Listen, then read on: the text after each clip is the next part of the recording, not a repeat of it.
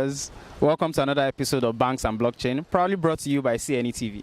My name is Olubumi, your usual host.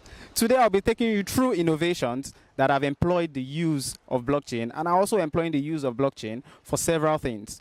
And it is important to enumerate these innovations, as this will guide us in our journey into blockchain adoption. Now, these innovations cut across regions across Africa, and it cuts across countries, and it cuts across several sectors.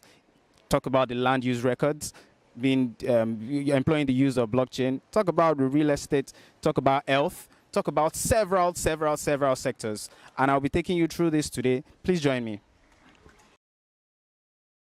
Now, according to the Telecoms African Blockchain Report of startups in Africa, we enumerated a number of innovations that have employed the use of blockchain, and we are going to talk about these innovations, and we are going to see how these innovations are breaking bounds and making us see the potential that blockchain has for us in Africa.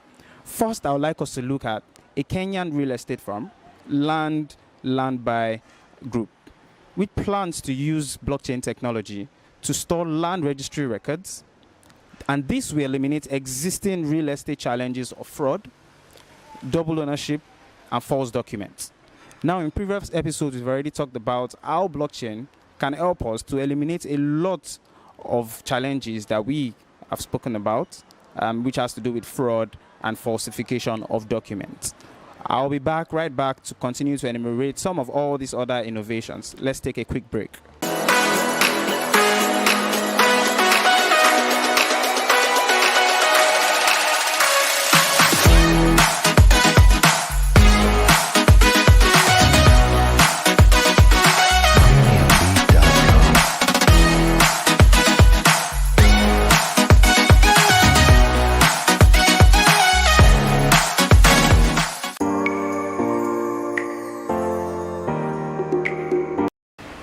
Welcome back. We'll dive in straight into all other innovations. The next one is Binkabi. This is an e-bartering platform for SMEs, and this allows traders to be able to settle transactions over the blockchain and still pay in local currency using its own utility token. The initial focus of this platform will be on trade flows between Côte d'Ivoire and Vietnam. Next is Paxful, which has recently announced plans to establish a blockchain incubator hub in Lagos, Nigeria, and as well run blockchain and cryptocurrency events in major cities in West Africa, which include countries like Nigeria, Ghana, and Cameroon. Next is a company in Tanzania, FINTECH, which is harnessing a blockchain platform to collect and verify digital health data to make antenatal care more effective. We can see that with this, the blockchain applications cut across every sector. Having talked about trade, talked about health, we talked about land records. Next we'll be doing is Impact PPA and Health Day Network, which are launching a blockchain energy platform in the Somaliland to manage on-site renewable energy to facilities such as hospitals and schools.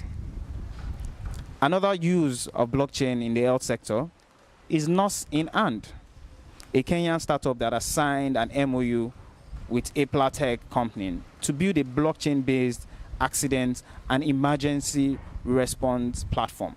We can see that these technologies that have been mentioned will disrupt every space that are in every sector that we've talked about. Next is a blockchain startup, Tari Labs, which launched in Johannesburg, South Africa, with the aim of building the open source Tari blockchain protocol. This protocol is being constructed as a platform for management, trade, and use of digital assets.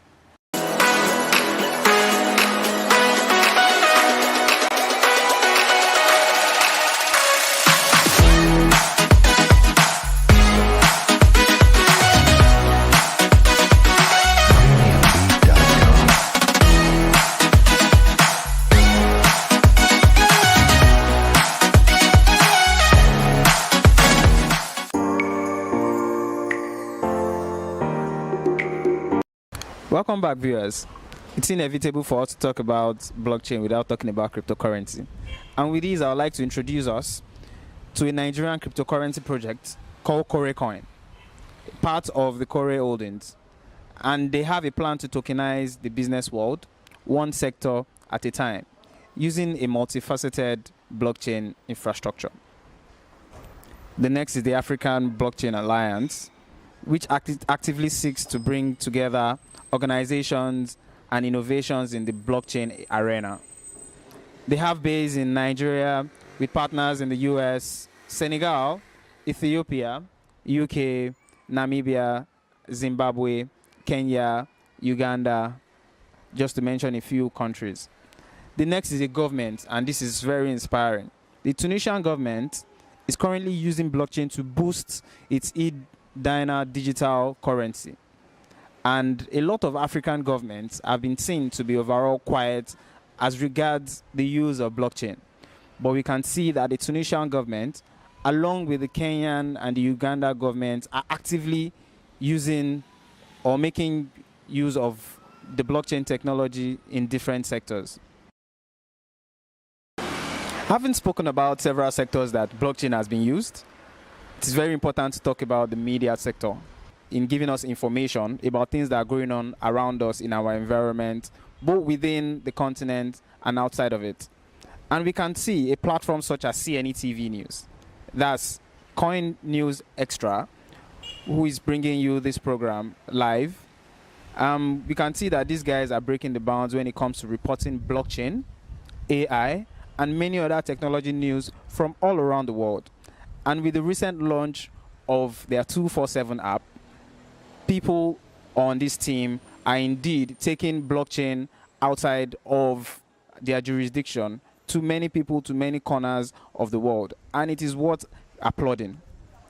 On other episodes of Blanks and Blockchain, we'll be looking at how startups are leveraging on blockchain technology within Africa to break further bounds when it comes to every other sector.